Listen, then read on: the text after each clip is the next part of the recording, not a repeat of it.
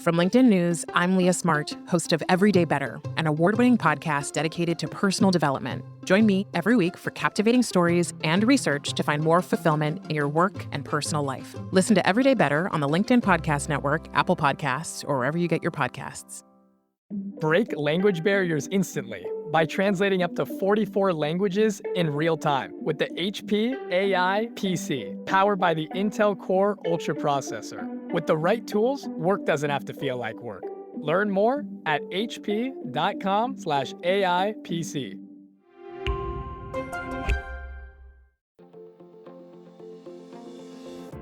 Hello, my friend, and welcome to another exciting episode of Negotiate Anything. Thanks for joining us today. With over 10 million downloads and listeners from more than 180 different countries, it's dedicated listeners just like you who have made Negotiate Anything the #1 negotiation podcast in the world.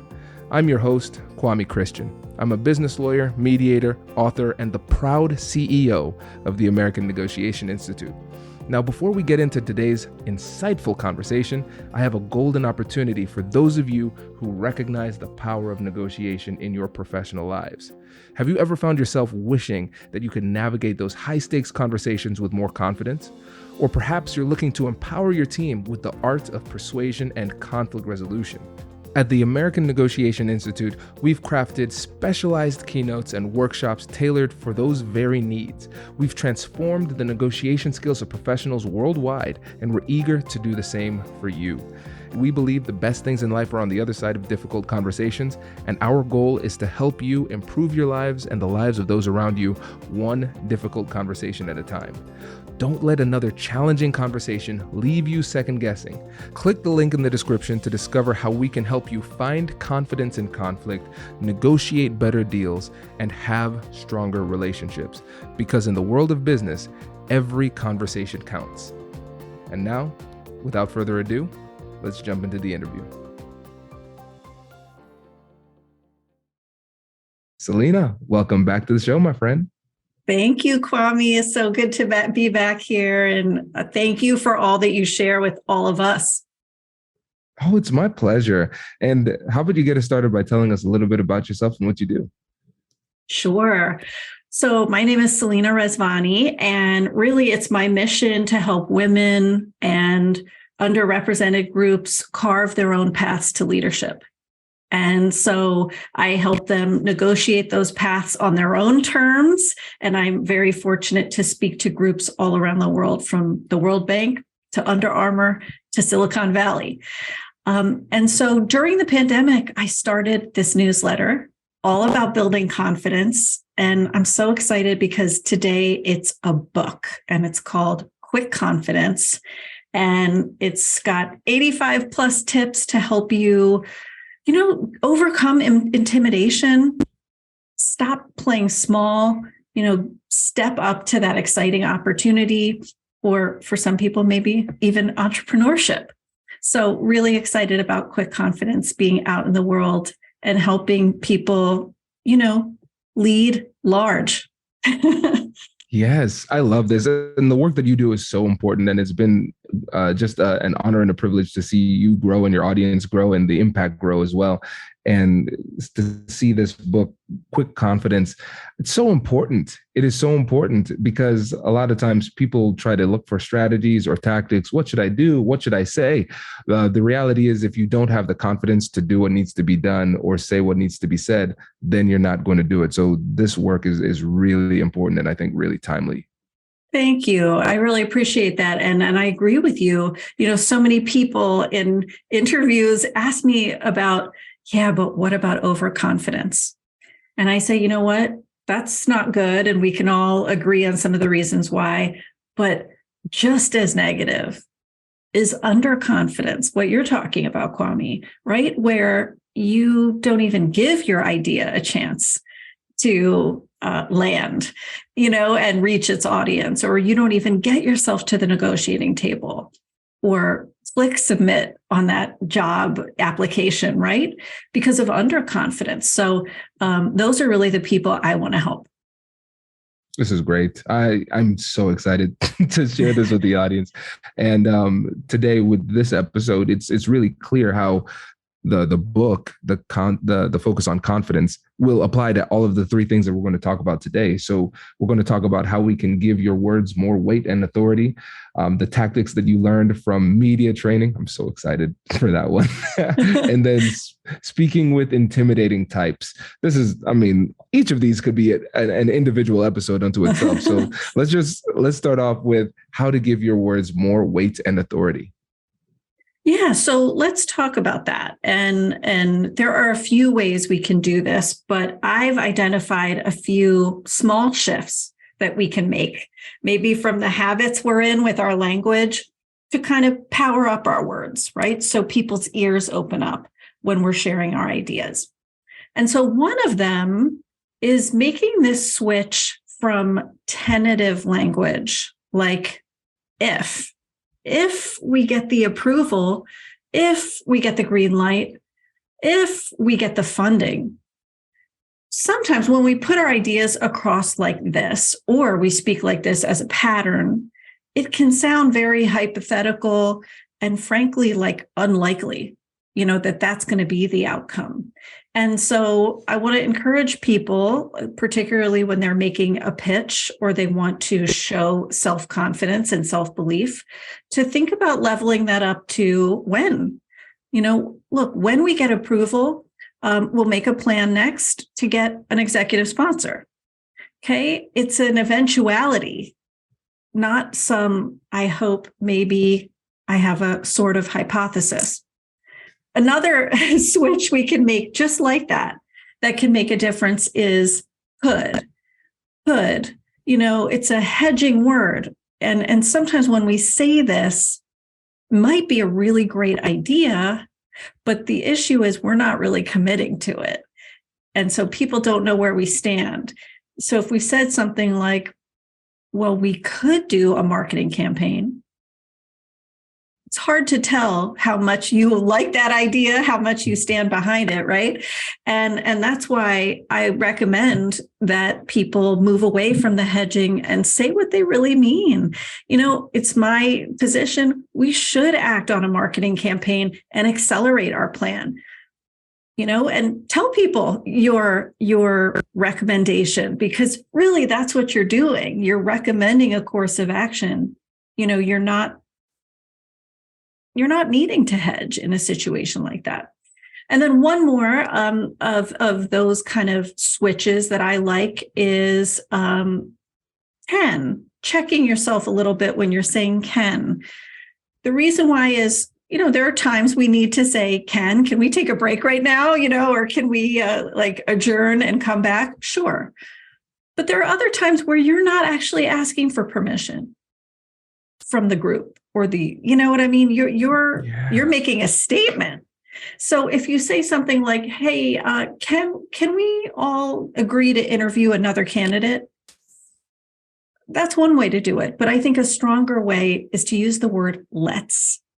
That little word let's is incredible because it inspires forward momentum. It signals self-confidence.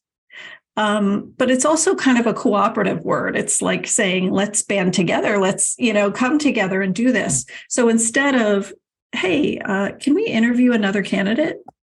It's saying what you really think, which is, let's interview another candidate so we can find a better match.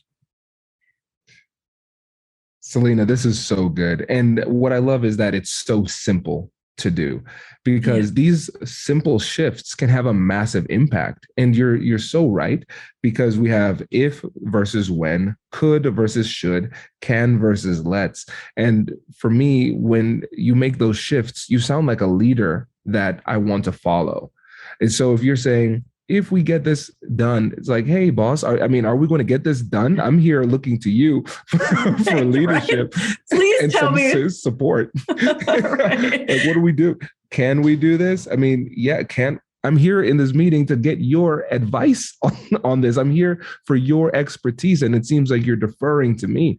And I think sometimes people might say, well, I want to let people know that there is a possibility that I might be wrong. they should know that because you're a person, and it's not your job to temper down the power of your message. It's your job to communicate clearly and advocate for what you believe in, and then trust in other people's autonomy to make the best decision for them. But I think we don't recognize how much we undermine our credibility and our persuasiveness by hedging so much. Yes, so well said, Kwame. It's so true. And yet we can elevate in these little everyday ways. You don't have to save this for the big, high stakes, important meeting, or something you do once a year. You can integrate this into your everyday. And I think just one other thing that's small but powerful that goes with this is, we talked about taking a position. Elevate some of your I words, your I verbs, for example, like I recommend, I'm proposing, I expect some pushback when we roll out this new system. I disagree. I question the validity of, I urge this group to think about. I advise. Like you said, you supervise people. You hired them for a good reason because you want their talents and their smarts and their solutions, not just for them to hedge, right? And so I think these are great ways we can showcase that wonderful idea that's going to come next. And so keep it in mind. Think about what I word you might like to use for anyone listening, to step up your contributions. Hello, my friends. Before we get back to today's episode, I want to ask you a question. Have you ever wondered how to elevate your team's negotiation game and how you can help the folks on your team have better, difficult conversations? At the American Negotiation Institute, we offer transformative keynotes and workshops tailored to empower professionals with top-tier negotiation and conflict resolution skills. Whether it's a keynote for your next event or hands-on training for your team, we've got you covered. Don't just negotiate. Master the art with the American Negotiation Institute. Click the link in the description to find out more. Elevate, negotiate, and succeed. Introducing the HP AI PC, your powerful AI assistant. Easily search through personal files, gain valuable insights, and make smarter, more informed business decisions. Unlock the future of work today with the HP AI PC, powered by the Intel Core Ultra processor. With the right tools, work doesn't have to feel like work. Learn more at hp.com/AI PC. This is really, really interesting because if I were to come up with a word for the first set of replacement words where we have if versus when, could versus should, can versus let's, I think the word would be certitude. And people hate uncertainty. And when you can speak with conviction, it helps to provide them with a little bit of certainty, which helps them to feel safer and more likely to follow your lead. And then with this one, when we're focusing on using the word I, to me, the word is ownership. We're taking ownership. It's not that this is something hypothetically a person could potentially do in this situation. What we're saying is that, no, I own this. I believe this. And that, again, leans into the level of conviction you bring to the conversation, too.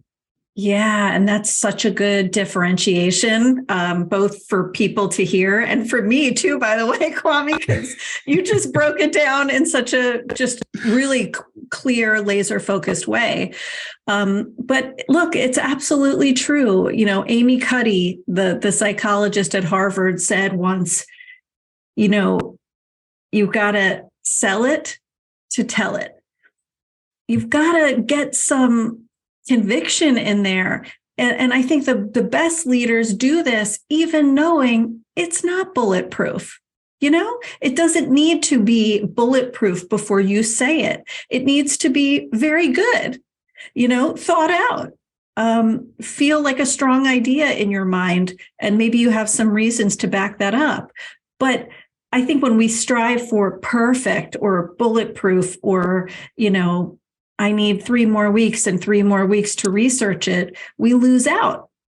So like you said, know that the people around you will kind of right size that idea. They'll give you feedback and input if it can't work, but you got to give it a chance in the first place. Absolutely. And one of the things we have to make sure that we address is the fact that it's an easy fix. I'm using air quotes aggressively here. It is an easy fix in terms of, hey, these are simple semantic shifts, but it's going to be difficult because we're going to have to reprogram our brain because we have a lot of bad conversational habits. And the transition is going to take some time, but it's going to take a lot of self-awareness and willingness to make those adjustments in the moment. And I think about times where I was, for instance, in college, trying to eliminate the word like as a filler word. It can feel awkward at first, but it pays dividends down the road. Yeah, you're so right.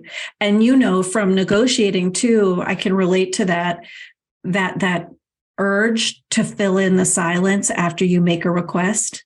It can be so strong. And yet, like you said, it feels awkward when you stop doing that. And yet that's where so much of your power is letting it land in this clean, clear way. So I'm right there with you. And I'm all for experimentation, practice in low stakes ways in your life with your family and friends, with the shop owner, at a restaurant. It doesn't need to be like right into that really high stakes meeting. Agreed. And I think this is a great opportunity for us to transition into the tactics that you learned from media training. Can you set the stage there for us? Yes. So at my last corporate job before being an entrepreneur, I was very lucky to be sent to media training.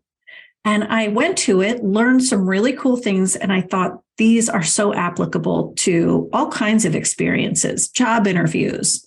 How about when you're asked a question in a big meeting with lots of visibility and you don't know the answer? And so I got really excited about it. So some of those tips include this idea that you do not need to answer the exact question you are asked, but you can answer the question you wish you were asked. And my goal in sharing this is not to try to make people into a politician or say, go ahead and dodge the question. But the real, situation here is there are times you are asked a question where that's not the most meaningful issue. So let's say we're in a really important all hands meeting at our organization and you are not expecting it, but somebody says, Selena, give us an update on the color green. And I'm not ready to give that update. I don't actually have a lot of insight right now into the color green. I might say something like, you know what? The color green's important, but what we're really hearing about right now is the color red. That's what clients are asking us about. And let me give you an update on that. So you're not ignoring it, you're validating and acknowledging their question, but you're redirecting it. And just know in any conversation, you can steer a conversation in the direction that works for you. Maybe the person's asking you something that's not meaningful and you have something meaningful to say. Maybe they're asking you something that, I don't know, is a little bit rude or a dig and you don't want to go there. So you're pivoting it to a place that's comfortable and meets your boundaries.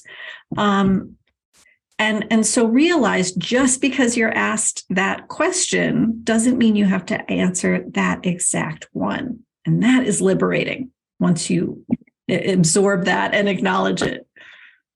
Yes, that's powerful. Because again, like you said at the beginning, we're not turning into politicians. We're not trying to just dodge questions to the detriment of other people. We just recognize that sometimes questions might not be as relevant as it needs to be for the conversation. It might be damaging if you answer it directly. And I really appreciate the fact that you gave the example of questions that could be insulting or statements that could be insulting that people want responses to. And in those situations, you're doing yourself and them a favor because You don't want to have to go down that negative rabbit hole. And then sometimes if you have to hold somebody accountable in those conversations right there, it could really have a detrimental impact on the flow of the conversation too. So instead of giving them the spanking they deserve in that moment, that's right. That's right. You're giving them a little bit of grace. It's like, I'm allowing you to save face in this moment, and we're going to pivot into something that's relevant. And it's such a simple approach. I think, again, that's what I'm appreciating the most about this simplicity, because it's incredibly powerful, but easy to put into practice once we start to develop these habits. Yeah. And I think you feel a little less captive to their question, or being asked something you don't know, uncomfortable, that somehow feels out of bounds for you. It gives you a lot of freedom back when you realize, wait, I can maneuver here. So a few other ones are, one kind of big law in media training is never repeat a negative premise. So if somebody says to you, I don't know, let's say you're interviewing for a job and your current company you're leaving is in trouble, maybe they may ask you something like, how do you view the scandal at your organization, or the demise of leadership, or the something that you may not want to necessarily go down that path. Or maybe you're asked it on a conference panel about some really, big news that's just come out in your industry, and you're asked, what do you think about, the collapse of your competitor, something like that. And maybe you don't want to go there. Right. I would say something like, well, here's how I actually view that situation. So you're not repeating their negative frame, okay, about the collapse or the leadership or the scandal. You're not even using those words. You're saying, here's how I actually view that situation. And that's important, because sometimes when we say a thing back, when we say the exact negative premise and we're on that conference panel, we can be quoted as saying those negative words. And so don't even go there. Create some distance from yourself and that situation by saying, here's how I see that situation. And you can make a quick, concise statement and potentially redirect. You can say, I don't agree with that stance. Here's what I actually think. Okay. But be careful about repeating something you wouldn't want on a front page paper with your name, associated with it. And that kind of has two, Kwame, kind of rolled into one, which is don't speak for other people. That can be a dangerous place to be. So, again, if somebody's saying, wow, you must be, really upset with the defect in your product, you might say something like, if that's not your area, I'm going to let the product managers speak for themselves on that. That you do not need to be the leading expert in the world on every topic, right? It's okay to defer to somebody who can speak to that. So I'm a big believer in don't speak for others. And I think the last one is maybe the most important from media training, which is know your North Star. What is that one message that if all your airtime got cut off in the meeting, on that conference panel, maybe on a TV or podcast interview, everything got cut away but this, and you only have 25 seconds, what is that message you want to get across? It's really important to know that, because you can keep guiding the conversation back to that message or that premise. And sometimes we forget to come up with this. We do all our research and our homework, but we haven't even come up with the very short 30-second commercial for why this is meaningful. So know what your North Star is. What is that point you really want to get across? What is that key message you want to keep impressing? And make sure you say it once, or maybe more than once if you can. Selena, this is gold. I love this because These last three, those are new to me. So never repeating a negative premise, not speaking for other people, and then knowing your North Star. This is helpful for me. And I know it's going to be helpful for a lot of the listeners as well, because when we can think about never repeating a negative premise from the perspective of media training, it's pretty clear there. But then when we think about this just in terms of any type of audience, we don't want to repeat these types of premises that might make us look bad in the moment. And it just causes more people to dwell on the thing that you don't want them to dwell on during the interaction. So you get off of that topic as quickly as possible, and you're addressing it. You might be even addressing the exact same topic, but just addressing it in a more powerful, positive type of empowering type of way. And that completely changes the entire dynamic in the organization of the conversation. So I think this is great. And then obviously for me as a podcaster and a professor and a lawyer, I can talk sometimes way too much. So being able to get the point across in a sound bites type of manner, I think that's really helpful for everybody, because again, people's attention spans are dropping. And so we have to make sure that we can get these main points across and in a short period of time in a way that it's easily digestible. Absolutely. It's a really empowering skill once you realize, oh, okay, I can adapt and maneuver. I can kind of have a mix of tools at my disposal when a question like this lands in my lap. Yeah. Oh, this is great. And with the time we have left, I want to talk about how you have difficult conversations with intimidating types. Can you kind of set the stage there? And actually, let's just set the stage by talking about how you would define intimidating types.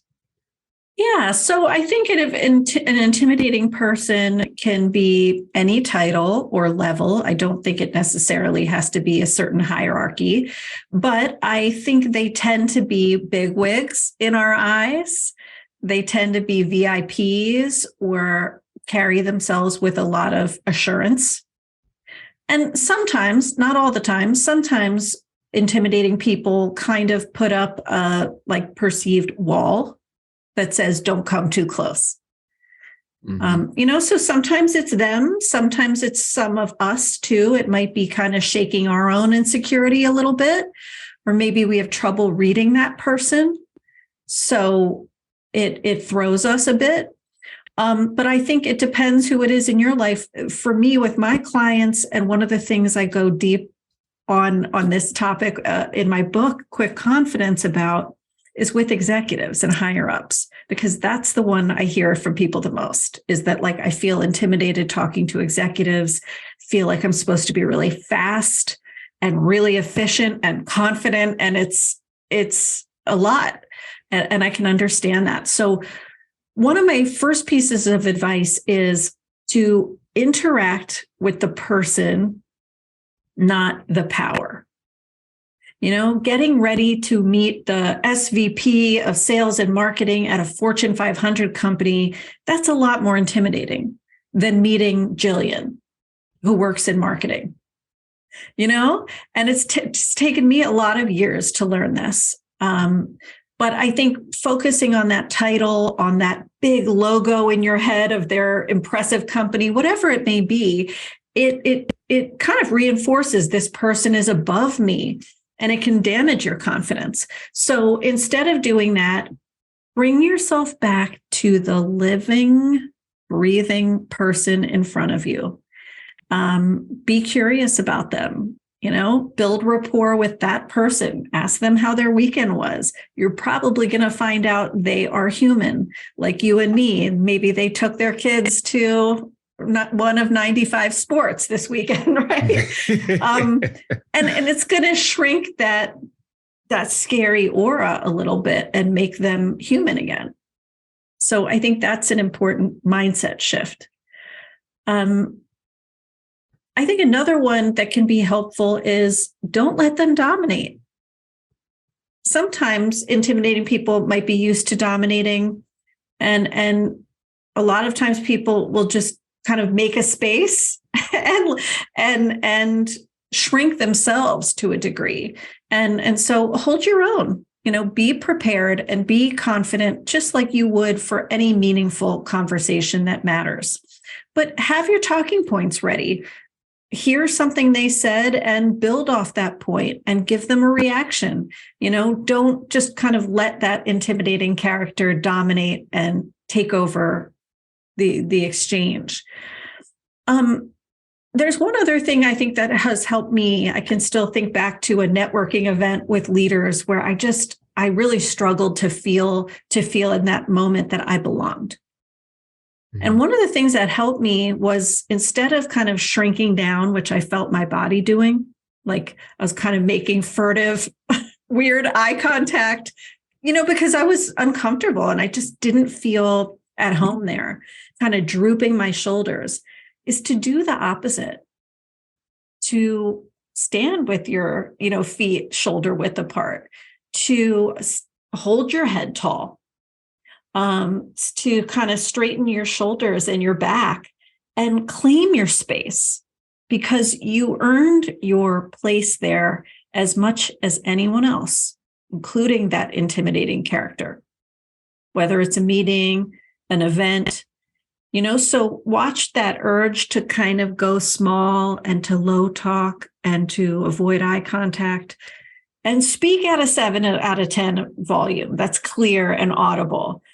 Kind of rebel against that part of you that's saying, oh, I better not be too conspicuous. No, celebrate what your mama gave you and big up. It's going to help people stop overlooking you, but you to not discount yourself. Yes. And Selena, this all ties back to the topic of your book, quick confidence, right? Because one of the things that I really loved about your message about how to deal with intimidating types is the fact that it has to start with ourselves. You have to believe that you're worthy. You have to recognize that they are not above you. They are not better than you in any type of way. Just recognizing their humanity and acknowledging the shared humanity in the interaction. But then also just recognizing that the way that we carry ourselves will matter as well. Yeah. And it's not just about how we interact with the world, but also about how the world interacts with us. And a lot of times the world will follow our lead. And so if we look defeated, then the world will defeat you.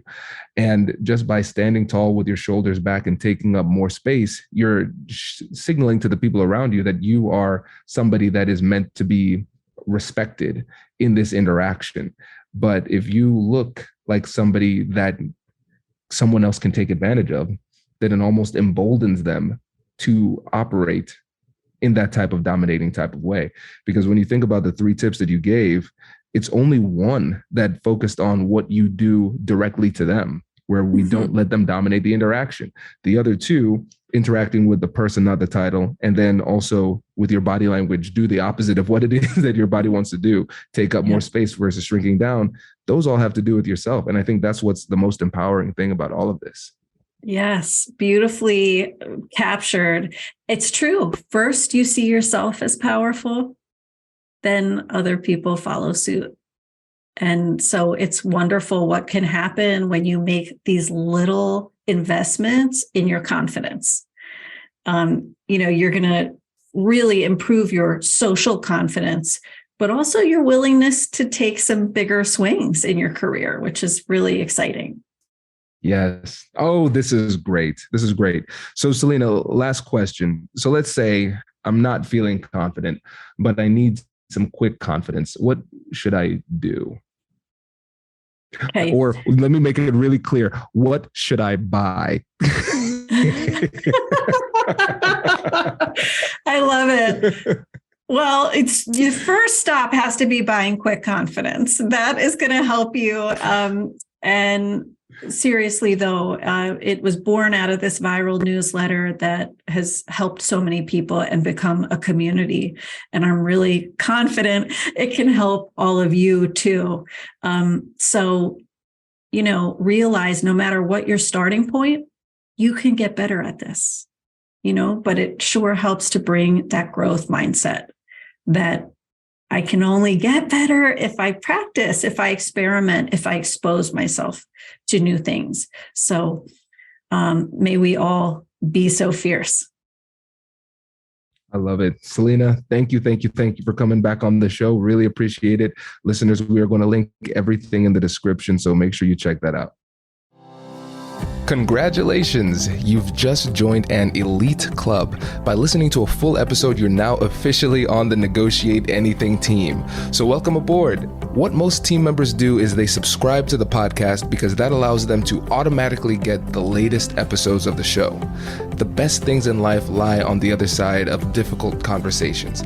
Keep learning, keep practicing, and keep getting better.